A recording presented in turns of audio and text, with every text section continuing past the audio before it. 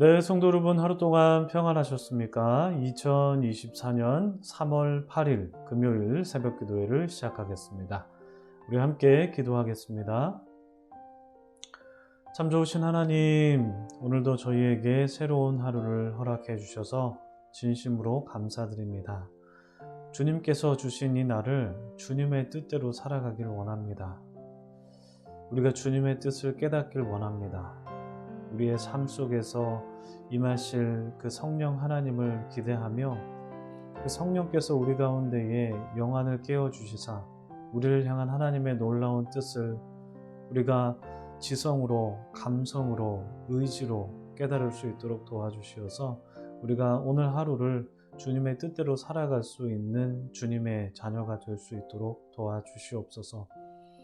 하나님, 특별히 사순절을 보내고 있습니다. 사순절 셋째 주간인데 예수 그리스도의 고난과 그 희생과 십자가에 달려 돌아가심을 우리가 깊이 묵상할 수 있는 기간으로 보낼 수 있도록 도와주시고, 특별히 오늘 본문 속에서 예수님께서 예루살렘 성에 입성하시는 그 내용을 봅니다.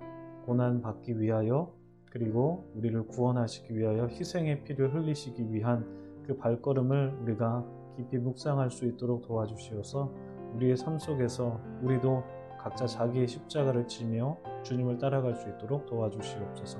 감사드립니다. 예수님의 이름으로 기도드립니다. 아멘. 오늘 저희들에게 주신 하나님의 말씀은 요한복음 12장 9절부터 19절까지 말씀입니다. 요한복음 12장 9절부터 19절까지 말씀 봉독해 드립니다. 유대인의 큰 무리가 예수께서 여기 계신 줄을 알고 오니 이는 예수만 보기 위함이 아니요 죽은 자 가운데서 살리신 나사로도 보려 함이로라. 대제사장들이 나사로까지 죽이려고 모의하니 나사로 때문에 많은 유대인이 가서 예수를 믿음이로라. 그 이튿날에는 명절에 온 큰 무리가 예수께서 예루살렘으로 오신다는 것을 듣고 종려나무 가지를 가지고 맞으러 나가 외치되 호산나 찬송하리로다 주의 이름으로 오시느니 곧 이스라엘의 왕이시여 하더라. 예수는 한 어린 나귀를 보고 타시니 이는 기록된 바 시온 따라 두려워하지 말라 보라 너의 왕이 나귀 새끼를 타고 오신다 함과 같더라. 제자들은 처음에 이 일을 깨닫지 못하였다가 예수께서 영광을 얻으신 후에야 이것이 예수께 대하여 기록된 것임과 사람들이 예수께 이같이 한 것임이 생각났더라. 나사로를 무덤에서 불러내어 죽은 자 가운데서 살리실 때에 함께 있던 무리가 증언한지라. 이에 무리가 예수를 맞음은 이 표적 행하심을 들었음이로라. 바리새인들이 서로 말하되 볼지어다 너희 하는 일이 쓸데없다. 보라 온 세상이 그를 따르는도다 아니라. 아멘. 네, 참 좋으신 우리 주님의 크신 은총이 우리 토론토 한인장로교회 모든 분들에게 함께 하시기를 주님의 이름으로 축복합니다. 성도님들 좋은 금요일 맞이하셨습니까? 오늘도 주님 안에서 행복하시길 원하고요. 또 건강한 하루가 되시길 바랍니다. 예수님께서 죽은 나사로를 살리신 뒤에 많은 사람들이 예수님을 믿게 됐고 또 따르게 되었죠. 9절을 보시면요, 유대인의 큰 무리가 예수님을 보기 위해서 모였고 또 그뿐만 아니라 죽었다가 다시 살아난 나사로를 보기 위해서 왔다라고 기록이 되어 있습니다. 여러분, 나사로의 집이 어느 동네에 있었을까요? 베단이라는 곳에 있었거든요. 이 베다니는 예루살렘에서 동쪽으로 한 2km 정도 떨어진 곳입니다. 이 베단이라는 곳은요, 그 지형이 약간 경사졌습니다. 그렇기 때문에 이 베다니에서 이렇게 보면요, 예루살렘이 보이고 또 성전까지 보인다고 합니다. 그만큼 거리도 가깝고 경사가 있기 때문에 예루살렘을 굉장히 쉽게 볼 수 있었던 그런 마을이었죠. 많은 사람들이 나사로의 집에 방문했는데, 그래서 이 베단이라는 동네는 많은 사람들로 운집해 있었던 것으로 보입니다. 그리고 이제 그 많은 사람들이 이제 발걸음을 옮깁니다. 어디로 옮기죠? 예루살렘으로 옮깁니다. 가까운 한 2km 정도 걸어가면 되는데 그곳으로 옮깁니다. 왜 옮깁니까? 명절이 가까이 오고 있기 때문에 옮기죠. 이 오늘 본문에서 나오는 명절은 이제 유월절인데요. 유월절은 애굽에서 종살이 하고 있었던 이스라엘 백성들을 구원하신 하나님의 구원 역사를 기념하는 절기가 유월절이지 않습니까? 그래서 유월절이 되면 이스라엘 성인 남성이라면 누구나 다 예루살렘에 와서 명절을 지냈기 때문에 그 시기에 이제 예루살렘에 사람들이 많이 운집하게 됐습니다. 그런데 이제 12절을 보시면요, 예수님께서 그 예루살렘에 오신다는 소식을 사람들이 많이 듣고 지금 더 많은 사람들이 아마 모였을 것 같아요. 그래서 모여서 지금 좀 약간 흥분 상태? 이렇게 흥분 상태에 빠져 있었던 것으로 보입니다. 왜 흥분했을까요? 지금 예수님이 오신다는 소식을 듣고 이스라엘의 왕이 예루살렘에 입성한다 라고 그들이 믿었기 때문입니다. 그래서 사람들이 막 지금 종려나무 가지 흔들고 있죠. 사진을 좀 준비해 봤는데요. 이 사진에서 보시다시피 종려나무는 줄기가 하늘로 길게 쫙 뻗어 있습니다. 그리고 푸릇푸릇한 이파리가 마치 가시처럼 이렇게 쫙쫙쫙쫙 뻗어 있는 것이 특징이죠. 그리고 사진을 보시면 좀 노릇소름한 축 처져서 매달려 있는 것이 종려나무 열매입니다. 이 열매를 이제 대추야자라고 부르는데 이 대추야자는 당도가 굉장히 높아 가지고요. 맛이 꿀에 절인 듯한 그런 맛이라고 해요. 굉장히 달콤하다고 합니다. 여러분 성경 보시면 그 가나안 땅을 표현할 때 젖과 꿀이 흐르는 땅이다 이렇게 비유하지 않습니까? 이 젖이 흐른다라는 이 말은요, 그곳에 이제 양을 많이 기르기 때문에 양이 젖이 흐른다 그런 의미에서 이제 젖이 흐른다라고 표현을 한 것이고, 이 꿀이 흐른다라는 말은 여러분 사진에서 보시다시피 저 당도 높은 대추야자 열매가 굉장히 많기 때문에 마치 꿀처럼 이렇게 절절절절 흐르기 때문에 그래서 젖과 꿀이 흐른다 그렇게 표현한다고 합니다. 가나안 땅을 말이죠. 그만큼 이 종려나무도 많고 열매도 많고 뭐 그런 의미입니다. 그리고 이 종려나무는 굉장히 그 끈질긴 생명력을 갖고 있다고 그래요. 그래서 폭풍이 막 몰아쳐도 나무가 부러지지 않고 휘어질지언정 부러지는 일은 잘 없다고 하고요. 근데 신기하게도 이 나무가 휘어질 때 그 뿌리가 더욱더 강해진다고 합니다. 보통 이제 나무가 이렇게 휘어지고 넘어가려고 그러면 뿌리가 드러나 가지고 나무가 죽거나 뭐 그렇게 되는데, 이 종려나무는 휘어지면 휘어질수록 뿌리가 더 강해진대요. 굉장히 특이하죠. 그래서 이 종려나무는 이방 세력에 저항하는 그 이스라엘 백성들의 어떤 강인한 민족주의, 그것을 상징한다고 합니다. 한 가지 예를 들어보면 이스라엘이 그 시리아 셀주쿠스 왕조 치하에 있었을 때, 중간세 얘기입니다. 셀주쿠스 왕조 치하에 있었을 때 그 왕조에 대항하면서 우리가 예루살렘 성전을 탈환하자라고 하는 그런 이스라엘 백성들이 있었는데, 그런 이스라엘 백성들이 그들의 뜻대로 성전을 탈환합니다. 탈환해서 백성들이 그때 막 종려나무 간지를 막 흔들면서 개선 장군을 맞이했는데, 그래서 이 종려나무가 어떤 승리를 상징하는 그런 뜻을 갖고 있다고 합니다. 그래서 사람들이 지금 예수님을 맞이할 때 막 종려나무 가지를 흔들고 있는데, 주님, 로마를 무찔러 주십시오. 승리를 우리에게 안겨 주십시오. 이런 염원이 담겨 있는 것입니다. 그만큼 예수님께서 예루살렘 성전에 입성하셨을 때 많은 사람들이 종려나무 가지를 흔들면서 우리 왕이 오신다, 우리 왕이 오신다 라고 그렇게 예수님을 환영한 것입니다. 그리고 사람들이 외쳤죠. 뭐라고 외쳤습니까? 호산나, 호산나, 찬송하리로다, 주의 이름으로 오시는 이여 라면서 막 좀 난리가 났습니다. 그렇게 외치고 있는데, 이 외침은 시편 118편 25절부터 26절 말씀을 지금 인용한 것입니다. 시편 말씀 보시면요, 여호와여 구하옵나니 이제 구원하소서. 여호와여 우리가 구하옵나니 이제 형통하게 하소서. 여호와의 이름으로 오는 자가 복이 있으며 우리가 여호와의 집에서 너희를 축복할도다. 분명히 사람들이 호산나 호산나 외쳤는데 이 호산나라는 말이 이 시편 118편에서 인용했다고 했는데 호산나가 어딨지? 호산나라는 말이 보이지는 않으시죠?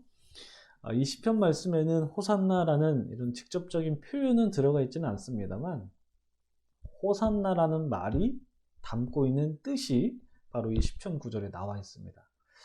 여러분, 이 호산나에서 호산이라는 말은요, 그 이사야 할 때 이사야 어근과 똑같습니다. 그 이사야, 여러분 알고 계시는 이사야, 그 이사야에서 이사라는 말이 히브리어로 야샤인데 이 야샤의 어근이 바로 구원하다라는 뜻입니다. 그런데 이 야샤가 바로 호산과 같은 어근을 사용합니다. 그렇기 때문에 이 호산도 야샤와 똑같은 뜻, 구원하다라는 뜻이 있습니다. 그리고 이 호산이라는 말 다음에 나라는 말이 오지 않습니까? 그래서 호산나인데 이 나라는 게 무슨 뜻이냐면 제발, 제발, 제발이라는 이 간청의 뜻이 담겨 있습니다. 그래서 호산나, 이 호산나를 붙이면 제발 구원해 주십시오 라는 그런 뜻이 되는 겁니다. 아주 굉장히 절실한 요청이 담겨 있는 뜻이 바로 이 호산나입니다. 이스라엘 백성들이 예수님께서 예루살렘 성에 입성하실 때 호산나를 외친 이유가 무엇이겠습니까? 주님 제발 저희를 저 로마 치하에서 구원해 주십시오라는 아주 간절한 호소가 담겨 있는 외침이다라는 것이죠. 거기에다가 지금 종려나무 가지까지 막 흔들면서 당신께서는 우리에게 승리를 가져다 주시는 왕입니다 라는 것을 지금 확신하면서 지금 예수님 맞아들이고 있었다는 겁니다. 난리가 났습니다. 난리가 났어요. 지금 흥분 상태입니다. 그런데 여러분, 지금 이스라엘 백성들이 예수님을 왕이라고 표현하고 있는데 여러분 한번 생각해 보십시오. 이스라엘 백성들에게 있어서 왕이라는 표현, 이 왕이라는 말은 그들에게 있어서 굉장히 추억이 젖어 있는 그런 말이 된 지 굉장히 오래됐습니다. 무슨 말이냐면 그 이스라엘 백성들이 왕이라는 말을 쓴 적이 굉장히 오래됐어요. 남유다가 멸망한 지가 이제 주전 586년이지 않습니까? 그때 이후로 이스라엘을 제대로 통치한 그들만의 왕, 이스라엘의 왕이 사실 없었거든요. 물론 그 중간에 하스모니안 왕조를 세운 요한 힐카누스라는 왕이 있었습니다. 있긴 있었습니다만, 그런데 그 왕이 이스라엘 남북 왕조 왕에 비견되지는 못하죠. 그만큼 그래서 이스라엘 백성들에게 있어서 이 왕이라는 표현은 굉장히 지금 그들의 아픈 현실을 치유해주는 표현이고, 그리고 우리가 옛날에는 영광스러웠는데 그 영광스러운 과거의 모습으로 돌아가자라는 염원이 담겨있는 표현이 바로 이 왕이라는 표현입니다. 그런데 이 왕이라는 말을 지금 누구에게 하고 있습니까? 예수님에게 하고 있습니다. 그런데 여러분 나중에 보시면 아시겠지만 예수님은 이 왕 때문에 돌아가셨거든요. 물론 종교적으로는 신성모독이라는 어떤 그 종교 지도자들의 어떤 그 테두리 안에서 걸리긴 했습니다만 정치적으로 봤을 때는 자칭 유대인의 왕이라는 제목으로 예수님께서 돌아가시지 않습니까? 그러니까 좀 되게 그렇죠. 백성들의 추억이 담긴 그 왕이라는 표현 때문에 예수님께서는 십자가에 달려 돌아가셨어요. 그런데 예수님께서는 사실 그들의 표현대로 왕이긴 하셨죠. 근데 그들의 생각보다 더 뛰어난 왕, 그들은 이스라엘을 구원하고 그들에게만 평화를 주는 왕이라고 생각을 했지만 사실 예수님께서는 이스라엘뿐만 아니라 세계 열방에 평화를 주는 왕이셨죠. 스가랴 9장 10절을 보시면 여러분 이렇게 기록이 되어 있습니다. 내가 에브라임의 병거와 예루살렘의 말을 끊겠고 전쟁하는 활도 끊으리니 그가 이방 사람에게 화평을 전할 것이다. 그의 통치는 바다에서 바다까지 이르고 유브라데 강에서 땅끝까지 이르리라. 그러니까 예수님은 스가랴의 예언대로 이방 사람들에게 화평을 전하기 위해서 폭력을 끊어내시는 분입니다. 에브라임의 병거를 끊고 예루살렘의 말을 끊고 전쟁하는 활을 끊고 다 폭력을 끊어내신다는 것입니다. 그래서 예수님은 이 스가랴 9장 10절 바로 위에 있는 9장 9절 말씀처럼 나귀 새끼를 타고 예루살렘 성에 입성을 하셨는데요. 폭력을 끊어내기 위해서. 근데 그 끊어내는 방법이 이 스가랴 9장 9절을 보시면은 좀 세상 방법과 다른 어떤 그런 모습을 볼 수 있는데 9장 9절 보시면요. 시온에 따라 크게 기뻐할지어다 예루살렘에 따라 즐거이 부를지어다 보라 내 왕이 내게 임하시나니 그는 공의로우시며 구원을 베푸시며 겸손하여서 나귀를 타시나니 나귀의 작은 것 곧 나귀 새끼니라. 요한은 이 구절을 인용해 가지고 오늘 본문 15절에서 다음과 같이 기록합니다. 시온에 따라 두려워하지 말라 보라 너의 왕이 나귀 새끼를 타고 오신다 함과 같더라. 그러니까 나귀 새끼를 타고 오시는 왕은 폭력을 끊어내고 이스라엘에 평화를 주실 뿐만 아니라 이방 나라에게까지 평화를 주시는 왕으로서 입성을 하는 것이죠. 그런데 여러분, 평화를 이루기 위해서 어떻게 해야 될까요? 예수님께서 평화를 이루기 위해서 오셨습니다.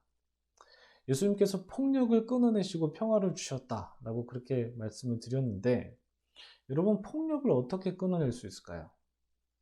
더 큰 폭력으로 폭력을 끊어낼 수 있을까요?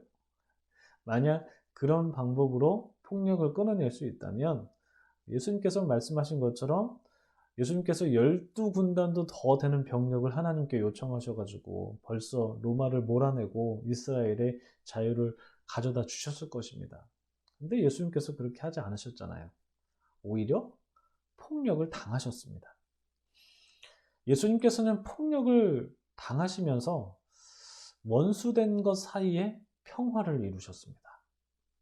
죄로 인해서 하나님과 원수되었던 사람과 하나님의 관계도 회복시키셨고 그뿐만 아니라 사람들 사이에서 틀어진 관계도 예수 그리스도의 희생으로 인해서 서로 간에 용서와 화해를 꿈꾸게 하셨죠. 그래서 사도 바울이 에베소서 2장에서 이렇게 말씀하죠. 이제는 전에 멀리 있던 너희가 그리스도 예수 안에서 그리스도의 피로 가까워졌느니라. 그는 우리의 화평이신지라. 둘로 하나를 만드사 원수된 것, 곧 중간에 막힌 담을 자기 육체로 하셨다. 예수님께서는 서로 간에 막힌 담, 나와 너 사이에 막힌 담을 허물기 위해서 예루살렘에 입성하셨습니다. 그 나와 너가 물론 하나님과 인간 간의 관계이기도 하지만 사람과 사람 간의 관계이기도 하거든요. 사람들이 지금 손에 쥔 그 종려나무가 상징하는 그 승리라는 것은 누군가를 짓밟는 폭력으로 이루는 것이 아니다. 승리는 절대 폭력으로 가져올 수 있는 것이 아니다라는 것을 예수님께서 보여주신 거고 희생으로 그 승리를 이루는 것이다 라고 가르쳐 주신 거죠.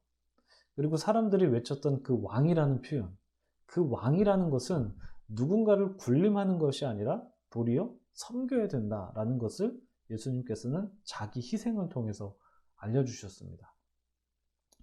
이것이 바로 예수님께서 나귀 새끼를 타고 예루살렘에 입성한 이유죠. 근데 제자들은 그 사실을 알지 못했다라고 지금 기록이 되어 있죠. 예수님께서 영광을 받으신 후에, 그러니까 예수님께서 돌아가시고 부활하신 뒤에야 뒤늦게 깨닫게 됩니다. 그리고 그곳에 있었던 수많은 사람들도 분명히 예수님의 뜻을 알지 못했을 거예요. 오히려 그들 중 대부분은 싹 돌변해가지고 예수님을 십자가에 못 박으라! 라고 외치는 사람들이 아마 대부분이었을 것입니다. 돌변해가지고 말이죠. 그리고 바리새인들은 많은 사람들이 예수님을 따르는 모습, 그 현상만 딱 보면서 자기네들이 하는 행동이 쓸데없다라고 스스로를 비하하면서 좌절하는 그런 모습을 보이고 있습니다. 여러분, 이 제자들의 모습, 그리고 무리들의 모습, 바리새인들의 모습에서 가만히 생각해 보면 우리의 모습도 좀 오버랩되지 않으십니까? 우리 역시 제자들처럼 예수님의 뜻을 좀 뒤늦게 깨닫는 경우도 있고, 이게 예수님의 뜻이었는데 그때 당시는 몰라요. 근데 시간이 지나고 나서 보면 알게 되는, 뒤늦게 깨닫는 경우도 있고, 그리고 무리들처럼 예수님의 뜻과는 정반대 방향으로 살아갈 때도 있고, 그리고 분명히 내 삶에 크게 작용하지 못한 어떤 현상이 보여요. 근데 그 현상이 생각해 보면 되게 나한테 중요한 현상은 아니거든요. 근데 그것이 내 눈에 보인다고 해서 그 현상에 어떤 의미를 부여하면서 내가 되게 좌절하거나 낙담할 때도 있는 것 같습니다. 바리새인처럼 말이죠. 그러니까 제자들의 무지, 무리들의 오해, 바리새인들의 어떤 미련함, 이런 속에서 예수님께서는 저벅저벅 예루살렘으로 향하고 계십니다. 그런 모습이 머릿속에 그려지죠. 여러분, 어쩌면 우리들의 무지함 속에서, 우리들의 오해, 또한 우리들의 미련한 그런 삶의 순간 속에서 예수님은 우리에게 그냥 당신께서 걸어가신 길을 보여주시는 것 같아요. 십자가를 지고 걸어가신, 그 어린 나귀를 타고 걸어가신 그 길을 보여주시면서 날 따라와라, 이렇게 소리 없이 당신의 모습을 보여주고 계시진 않을까, 그런 생각을 한번 가져보았습니다. 여러분, 사순절입니다. 우리를 위해서 십자가를 지시고 순종의 길을 걸어가신 그 주님을 따라가시는 하루가 되기를 소망합니다. 기도하겠습니다.